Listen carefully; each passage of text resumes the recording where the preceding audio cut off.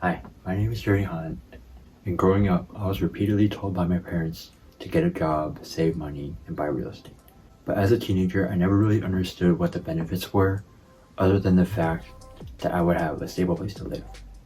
As I've been researching real estate for the past few months, I've realized the amazing benefits of owning real estate, and it has intrigued me to look into real estate investing in the future. So today, I'm going to go through some real estate basics. Now I'm going to explain this by defining 10 of the popular terms that you might hear when you look into real estate investing. And these are only some of the many terms that I came across when I was looking at videos, but I had no idea what they meant. I'm going to try to match the order of these terms as close to the process of buying real estate, but my apologies in advance if it seems like I'm bouncing from term to term. But a quick disclaimer before I begin. I am by no means a real estate professional or real estate investor. I'm just a random guy on YouTube looking to go into real estate investing in the future. If you're serious about investing in real estate, please look up all these terms yourself before you dive into it. I'm just here to give my thoughts on some of the terms that you might need to know if you're serious about investing in real estate. So the first term I'm going to jump into is closing costs. This is the fee that you pay at the end of a transaction, and the amount will depend on where you live, where and what type of property you buy, and what type of loan you choose. These costs include inspection, loan origination fees, and much more. But this is important because you want to make sure you have enough cash on hand to pay off at the time you are purchasing a home. The amount can vary from 2 to 5% of the overall price. And the next term is net operating income, or NOI. Basically, this is how much it costs to operate the property. Expenses may include repairs, maintenance, property tax, and much more. But what it doesn't include are the mortgage payments. To calculate NOI, you take the revenue minus all the operating expenses you have to maintain the condition of the property. Next up is cash flow. This is the amount of revenue you have at the end of each month owning a property. If your cash flow is positive, it means you spend less than you earn. If it is negative, it means you're spending more than you're earning every month. And this is important because when people go into real estate, a lot of them are looking for a stable monthly income. When your cash flow is positive, ideally it means that you earn more every month from rent compared to your mortgage payment. So once you pay it off every month, you still have some left over. Number 4 is capital gains tax. This is the difference in value of the property compared to what it was originally listed for. And capital gains is usually categorized into short-term and long-term. If it's short-term, it's usually a year or less, and it usually means you're going to be taxed at a higher tax rate. If it's long-term, it's a year or more, and it means your tax rate is going to be lower. And this is important because understanding how you're going to be taxed on your real estate can help you decide how you're going to get the most out of your returns. However, if you invest in real estate, you're going to be glad that there's something called the 1031 exchange. Under this code, you can essentially put off your taxes on your property at a later date and keep that money to invest in more real estate. This is extremely important to know when you're just starting out because you can buy and sell off properties without being taxed on them, and you can use the leftover money to scale your portfolio.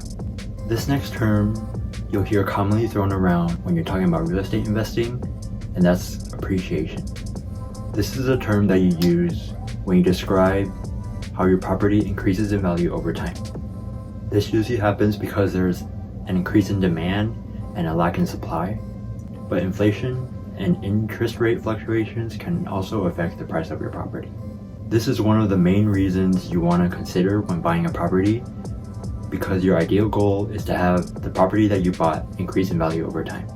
And next up is adjustable and fixed rate mortgage. An adjustable rate mortgage is a mortgage that doesn't have a fixed interest rate. It's going to fluctuate up and down depending on market conditions. And a fixed rate mortgage is a loan that has a predefined interest rate throughout its term.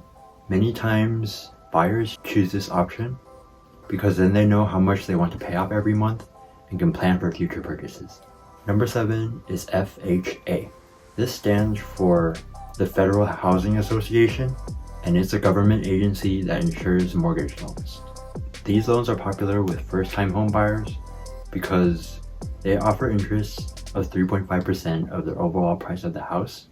And if you have a lower credit score of around 580, they will also allow you to get a mortgage. And if your credit score is even lower, they can also offer you a mortgage, but you're going to have to pay a higher down payment. Now, they don't offer these loans directly from the organization, but a lot of times you can just choose this option from the lender. But in exchange for these conditions, buyers will need to pay an insurance premium because they need to make sure that you can make your payments on time. Another advantage of the FHA loan is that it's an assumable mortgage. This means that if the original owner of the house still has their mortgage to pay off, you as a buyer can essentially take over that loan and pay off their mortgage on the same plan. This way you as a buyer won't have to go through the trouble of finding one yourself. Number 9 is equity. This is the difference of the current value of the property compared to the amount that you own on your mortgage. In other words, this is the money that you will receive after you sell the property and pay off your mortgage. The value of this can increase over time as you pay off your mortgage and the value of your property increases. Building this is a great strategy for building wealth, because at some point you might want to use this equity to buy another house or pay for a major expense. In short, if you're a real estate investor, you want this value to keep increasing. And lastly, we're going to go through the cash on cash return formula. This is one of the most commonly used formulas in real estate investing, but it's also one of the most important. And this is calculated by taking the return someone made on a specific property minus the mortgage that they paid off for that year. But those were the 10 phrases that I came across a lot when I was watching videos on real estate investing. If any of you have experience with real estate investing and think I might have missed some of the important terms, let me know down below. Please leave a like on this video if you found any of this information helpful. Subscribe if you would like to see more of me. And feel free to share this with your family and friends if you think they could benefit from it. But that's it for me in this video. I'll see you again very soon.